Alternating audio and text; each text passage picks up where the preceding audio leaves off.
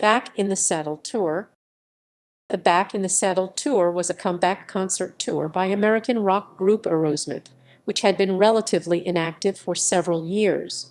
The tour began on June 22, 1984, in Concord, New Hampshire, and ended on January 18, 1985, in Columbus, Ohio.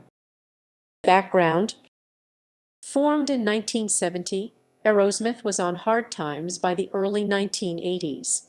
Vocalist Steven Tyler had been drinking heavily, and his voice had suffered. Lead guitarist Joe Perry was addicted to heroin.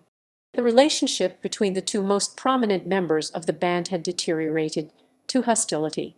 Discussing his relationship with Perry, Tyler said, "I hated his guts. I said I never want to fucking play on the same stage with you again." Joe Perry quit the band in 1979 and embarked on solo career with the Joe Perry Project. Guitarist Brad Whitford also quit to work with Derek St. Holmes and later joined Perry's band. Most of Aerosmith's ventures without Perry and Whitford were unsuccessful.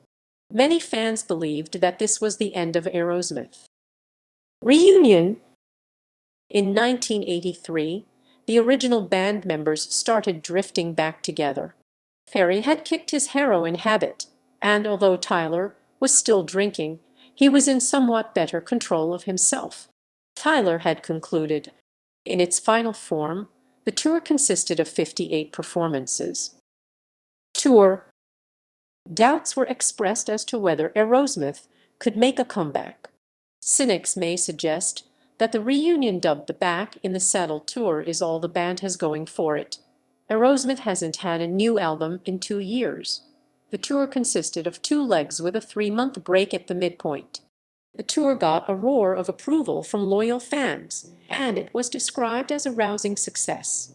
The band's tour income was estimated as high as $3 million. Setlist. Rats in the Cellar, Back in the Saddle, Bone to Bone, Kenai Island, Whitefish Boy, Big 10-inch record, Movin' Out, Last Child, Let the Music Do the Talking. On 12/31, Aerosmith performed the Joe Perry Project version, Red House, the Jimi Hendrix Experience cover, Dream On, Dream On, Dream On, Sweet Emotion, Same Old Song and Dance Encore, Walk This Way, Train Kept A-Rollin'. Record contract. The success of the tour piqued the interest of Geffen Records and resulted in a new deal with Geffen. Legacy. The tour was deemed a success. It did what it was meant to do. Fans welcomed them back with open arms. The tour proved to be exactly what Aerosmith needed, launching the reunion on just the right note of organized mayhem.